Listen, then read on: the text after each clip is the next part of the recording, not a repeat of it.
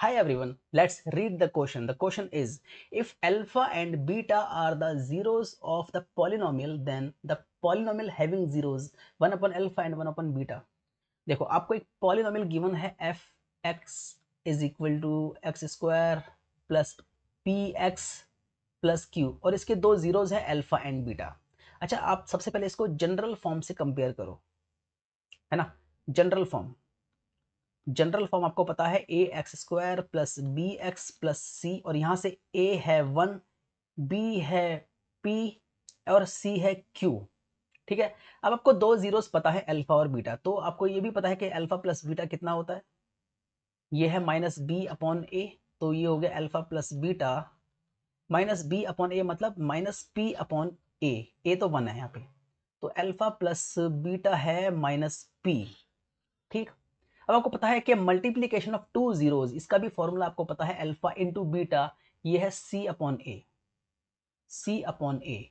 तो alpha into beta, सी की value क्या है क्यू और ए है 1, तो यहाँ पे क्यू आ गया. तो alpha plus beta and alpha into beta की वैल्यू आ गई. यहाँ तक तो ठीक है, यहाँ तक तो एज इट इज जो पहले किया है वही किया है.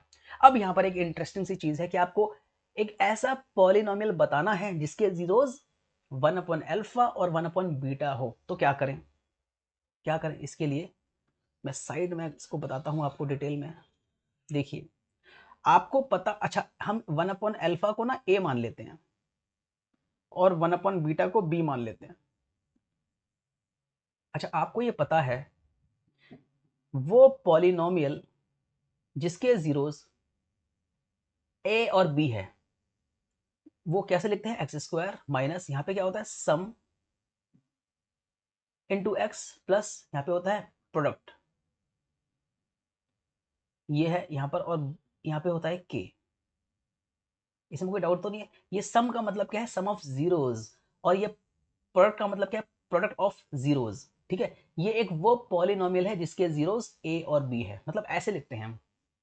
अब देखो देखो देखो समझो मैं क्या कह रहा हूं. पहले तो ए प्लस बी करो, सम ऑफ, देखो मैंने ए क्या है और बी क्या है, ए है 1 अपॉन अल्फा, बी है 1 अपॉन बीटा. तो हमें ऐसा पॉलिनोमियल बताना है जिसके जीरोस ए और बी हो. तो पहले सम बता दो. यहाँ पे सम कितना हो गया, 1 upon alpha plus 1 upon beta. इसको सॉल्व करेंगे, ये हो गया अल्फा प्लस बीटा डिवाइड में अल्फा बीटा. ठीक है. अब अल्फा प्लस बीटा कितना है, माइनस पी, और अल्फा इंटू बीटा कितना है क्यू. तो ए प्लस बी मतलब सम ऑफ टू जीरोज, ये हो गया. समझ में आया ए प्लस बी मैंने कैसे फाइंड आउट किया.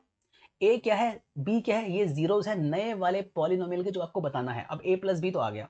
अब ए इंटू बी करते हैं, ए इंटू बी, ये हो जाएगा 1 upon alpha into 1 upon beta. अब अल्फा इंटू बीटा तो क्यू है, तो ये हो गया 1 अपॉन क्यू, तो ए बी हो गया 1 अपॉन क्यू. ठीक है. अब तो जो नया पॉलिनोमियल होगा वो क्या होगा, देखिए वो है यहां पर के x square minus a plus b sum of zeros plus a into b product of zeros. तो यहां से आ गया के x square minus a plus b मतलब माइनस पी अपॉन क्यू. तो माइनस पी अपॉन क्यू में लिखूंगा, तो माइनस तो पहले से है यहाँ पे, तो माइनस माइनस प्लस हो गया पी अपॉन क्यू एक्स. समझे. प्लस ए इंटू बी मतलब 1 अपॉन क्यू. इसको आप सॉल्व करोगे तो ये होगा ये हो जाएगा के Q x square plus P x plus 1, और यहाँ पर नीचे क्यू इसके आ जाएगा, के नीचे क्यू आ जाएगा. ठीक है. तो ये इसका आंसर है. तो Q x square plus P x plus 1.